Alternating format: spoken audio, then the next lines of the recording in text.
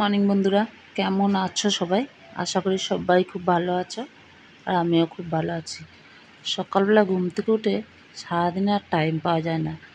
বিকালবেলায় ভাবি যে গাছগুলোতে জল দেবো, কিন্তু বিকালবেলা তখন না আর ইচ্ছা করে না যে উঠে ওপরে আবার ছাদে আসি, এসে গাছগুলোতে জল দিই। তো সকালেই ভাবলাম জলটা দিয়ে দিই, পাম্প চলছে যখন তখন জলটা দিয়েই দিই। আর এখানে দেখো কত আগাছা ঘাস টাস হয়ে গেছে, তো জল দিতে দিতে আমি একটু ঘাসও তুলে নিলাম, আর তোমাদের দাদাও আমার সঙ্গে একটু তুলছিল। কেন জলটা দিলে ঘাসের গোড়াটা নরম হয়ে যায়, তো টান দিলেই গোড়া শুদ্ধ কিন্তু উঠিয়ে যায়। তো ওই জন্য ভাবলাম জল দিতে দিতে যতটুকু পারলাম একটু ঘাস উঠিয়ে নিলাম। আর এদিকে গাছে অনেকগুলো টমেটো লাল হয়ে গেছে, তো টমেটোগুলোও তুলে নিচ্ছি, নাহলে আবার ইঁদুরে খেয়ে নেবে।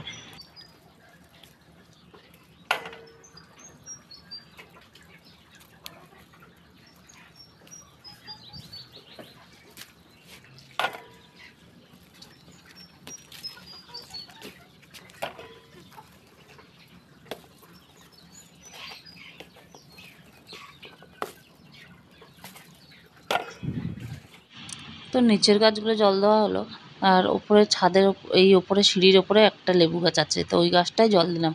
কদিন জল দেওয়া হয়নি, ওপরে গাছটা না ভুলে যায়, নিচের গাছগুলো জল দেওয়া হয় কিন্তু ওপরে গাছটা ভুলে যায়। সংসারের কাজের সাথে সাথে আমাকে এই যে একটু গাছেরও পরিচর্যা করতে হয়।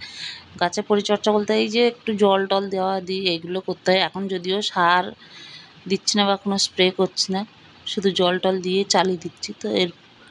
তো এখন আসলাম স্নান করে, আর কিছু কাপড় ছিল, কাপড়গুলো একবারে কেচে নিয়ে চলে আসলাম। আর এই যে দেখো আরেকজনও চলে এসেছে পেছন পেছন। আমি স্নান করতে যাওয়ার আগে কিন্তু ও এসেছিলো, আমি যখন ছাদে ছিলাম মুরগির খাবার জল টল দিচ্ছিলাম তখন কিন্তু ও এসেছিলো, ওকে আমি বাড়ি পাঠিয়ে দিয়েছিলাম যে আমি স্নান করবো ওর জন্যে। তো দেখো আমি কাপড় ধুয়ে স্নান করে বেরোতে বেরোতে আবার চলে এসছে। তো চলো বাবুর এই যে জামা কাপড়, আর বেশিরভাগই তো আমার ছেলের জামা কাপড় থাকে জানোই তোমরা। তো এখন দেখো সকালে সুন্দর একটা হাওয়াও দিচ্ছে, কিন্তু গাছের পাতাগুলো দেখো কী সুন্দর নড়ছে না, দারুণ কিন্তু একটা হাওয়া দিচ্ছে। সকাল থেকে একটু ওয়েদারটা মেঘলা মেঘলা ছিল, তো ভাবছিলাম যে বেশ মেঘলা মেঘলা আছে, কিন্তু এখন রোদ্দুর উঠে গেছে। আর সকাল থেকে কিন্তু সুন্দর একটা ঠান্ডা হাওয়া দিচ্ছিলো। কদিন ধরে গরমটাও ভালোই পড়েছে। তো সকালবেলার হাওয়াটা না ফ্রেশ ফ্রেশ সুন্দর হাওয়া, ঠান্ডা ঠান্ডা হাওয়াটা না খুব সুন্দর লাগে। তো চলো এখানে দেখো আমি জামা কাপড়গুলো মেলে দিচ্ছি, আর জামা কাপড়গুলো মেলে নিই, তারপরে যাবো নিচে। তো চলো জামা কাপড়গুলো মেলে নিই।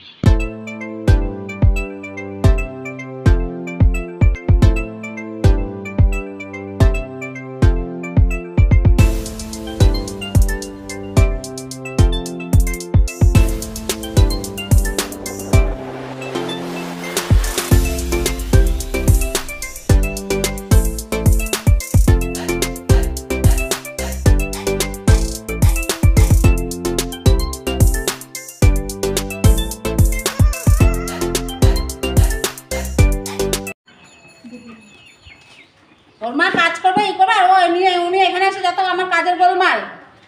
এইদিকে তাকাও, সকালবেলা কোন ঢং করতে আসছো?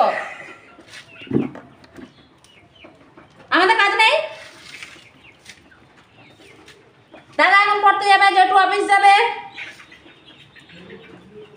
ঢং, শুধু ঢং। এই বাড়িতে না আসলে আমার হয় না। আবার আসবে কি, আসার পর মুরগি দেখতে যাবো, এই করবো সেই করবো। উফ, নম করো, নম করো, নাচতে হবে না, নম করো। তো কালকে তেলের বোতলগুলো ধুয়ে নিয়েছিলাম দেখো, আর এখন হচ্ছে তেলগুলো ঢেলে নেব। আর আমি কিভাবে সঞ্চয় করি সংসারে সেটাও তোমাদের সঙ্গে একটু শেয়ার করি। তো দেখো আমি রোজের কাজের থেকেই মানে রোজ সংসার খরচা থেকেই কিন্তু একটু একটু করে চেষ্টা করলে আমরা অনেকটা সঞ্চয় করতে পারি। যেমন দেখো আমি তেলের প্যাকেটটা কিন্তু তেল ঢেলে সঙ্গে সঙ্গে ফেলে দিই না, তেলের প্যাকেটটা আমি রেখে দিই এক কাত করে রেখে দিলেও দেখবে কিছুটা হলেও তেল বেরোয়, কম করে হলেও 1 থেকে 1.5 চামচ তেল বেরাবে।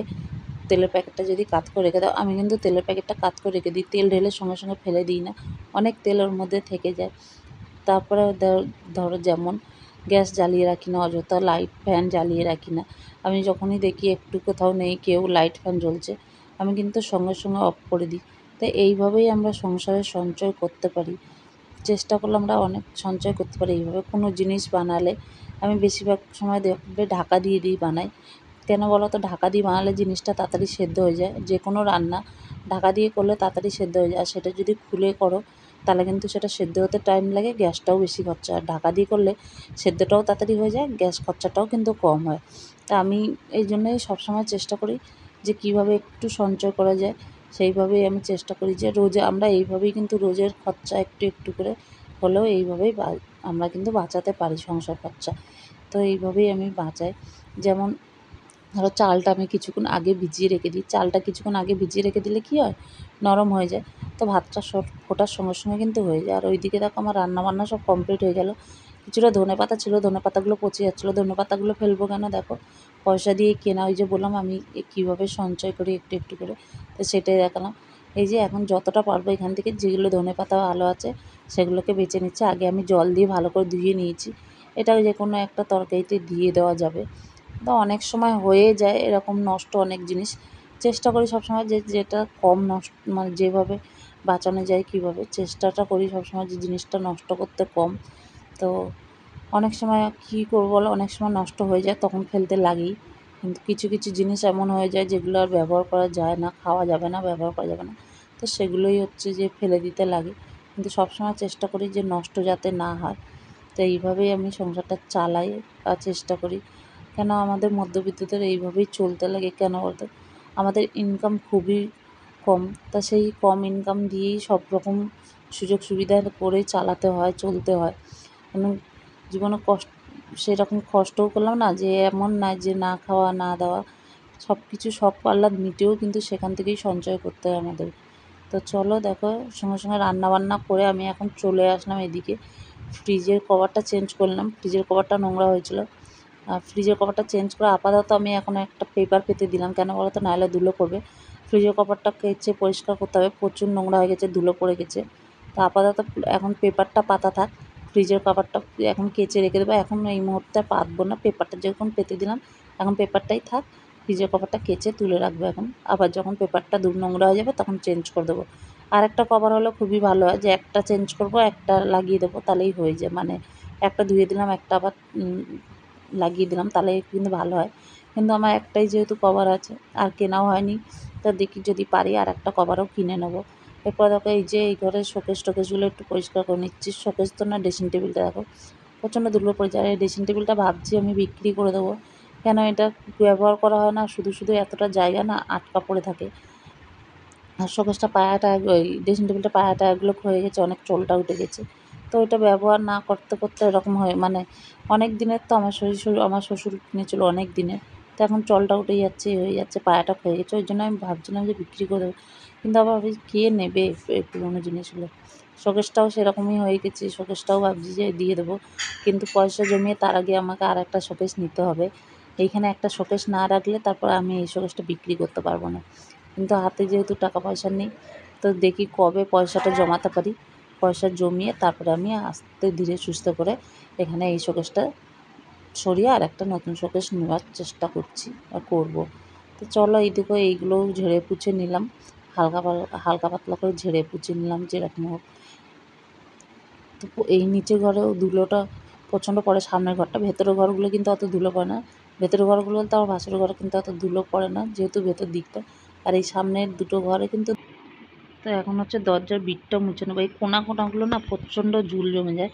কোনাগুলোতে এত মাকড়সা জাল করে, আর মাকড়সা জ্বালাতে গেছে আরও ধুলো জমে থাকে। আর এই যে ফটো ফ্রেমটা দেখছো, ফটো ফ্রেমটা ফেটে গেছে, ভেঙে গেছে, তাও ফটো ফ্রেমটা রেখে দিচ্ছি, যেহেতু ফটোটা লাগানো হচ্ছে। আর সাদা ফটো ফ্রেম তো খুব নোংরা জমে গেছে, আর যেহেতু সাইডগুলো কাজ করা, তো এটা ভীষণ নোংরা জমে গেছে, ধুলো জমে গেছে। কিন্তু এটা এখন ধুয়ে টুয়ে কোনো লাভ নেই, এটা ফেটেই গেছে, এটাকে আমি সরিয়ে দেবো। তো যতদিন চলছে চলুক, লাগিয়ে রেখে দিয়েছি, আছে তো চলছে, ওই জন্যই লাগিয়ে রেখে দিয়েছি। তো চলো এখন সব ঝাড়াঝুড়ি করে নিলাম, সব ঘর টরগুলো ডাস্টিং করে নিলাম, ঝেড়ে নিলাম। এখন হচ্ছে ঘরটা ঝাড় দিয়ে নেবো। তো ঘরটা ঝাড় দিয়ে পরিষ্কার করে নেবো এখন। তো আর দেখো কতটা ধুলো নোংরা পড়েছে, যেহেতু সব ধুলোগুলো ঝাড়লাম, এখন ঘরগুলো না ঝাড় দিলেও নয়। আর আমি এমনিতেও কিন্তু দুপুরবেলা করে ঘরগুলো ঝাড় দিয়ে নিই। এই যে দুপুরবেলা যখন সবজি টবজি কাটি, ওই ঘরটা ঝাড় দিয়ে নিই। এই ঘরটাও মাঝে মধ্যে হয়তো ঝাড় দেওয়া হয় না, কিন্তু বেশিরভাগ দিনই ঝাড় দিয়ে নিই। কেন বলো তো, এই যে পায়ে ধুলো আসে না, প্রচুর ধুলো আসে কিন্তু পায়ে, যেহেতু নিচে বারান্দার সামনে না একদম প্রচুর ধুলো আসে। তো এখন হচ্ছে বাসন কোসনগুলো সব বাইরে বার করে নেবো, রান্নার বাসন কোসনগুলো।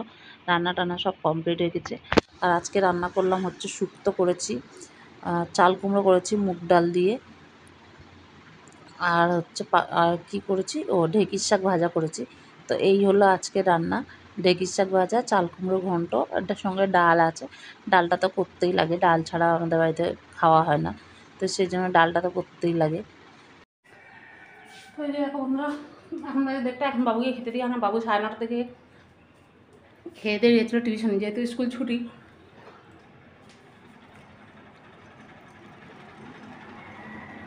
স্কুল ছুটি বলতে ভোটের জন্য যেহেতু স্কুল ছুটি দিয়েছে ওদের, তো সেই জন্য হচ্ছে যে সকালবেলা মাস্টার টিউশনি পড়াচ্ছে, তো ওই জন্য সকালে টিউশন পড়তে গেছিলো, টিউশনি পড়ে আসলো 1টার সময়, এসে চান টান করলো, এখন ওকে খেতে দিয়ে আসলাম।